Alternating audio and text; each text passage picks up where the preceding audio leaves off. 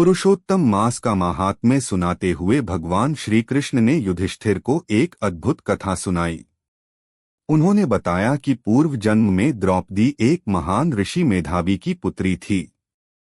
वह अत्यंत सुंदर, गुणवान और विदुषी थी, लेकिन विवाह योग्य आयु होने पर भी उसका विवाह नहीं हो पा रहा था।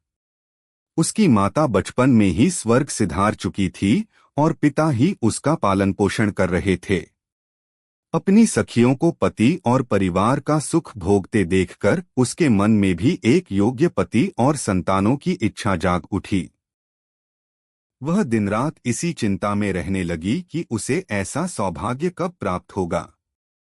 उधर उसके पिता मेधावी ऋषि अपनी पुत्री के लिए योग्य वर की खोज में लगे थे, परंतु उन्हें कोई योग्य युवक नहीं मिला। तभी एक दिन अचानक उन्हें भयंकर ज्वर ने घेर लिया। मृत्यु निकट जानकर उन्होंने संसार की सभी चिंताओं का त्याग कर भगवान श्रीहरि का स्मरण किया। वे बार बार श्री कृष्ण, गोविंद, दामोदर और दीनानाथ का नाम लेकर अपनी रक्षा की प्रार्थना करने लगे।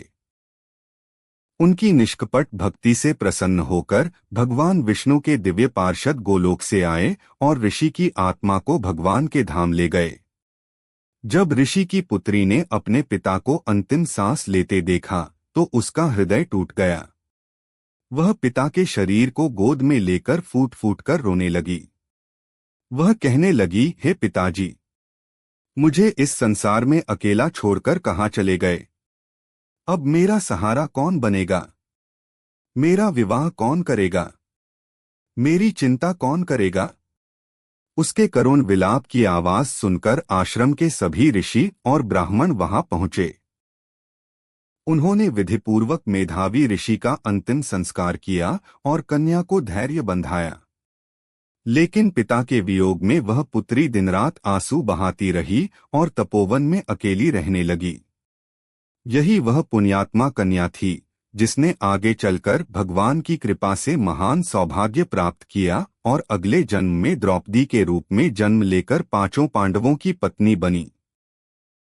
इस प्रकार भगवान श्री कृष्ण ने युधिष्ठिर को बताया कि पुरुषोत्तम मास का प्रभाव और भगवान की भक्ति मनुष्य के जीवन को बदल देती है तथा अंततः उसे दिव्य कृपा और कल्याण की प्राप्ति होती है। जय श्री राधे कृष्ण। पुरुषोत्तम भगवान की जय। कहानी अच्छी लगी हो तो चैनल को लाइक करे, सब्सक्राइब करे। धन्यवाद।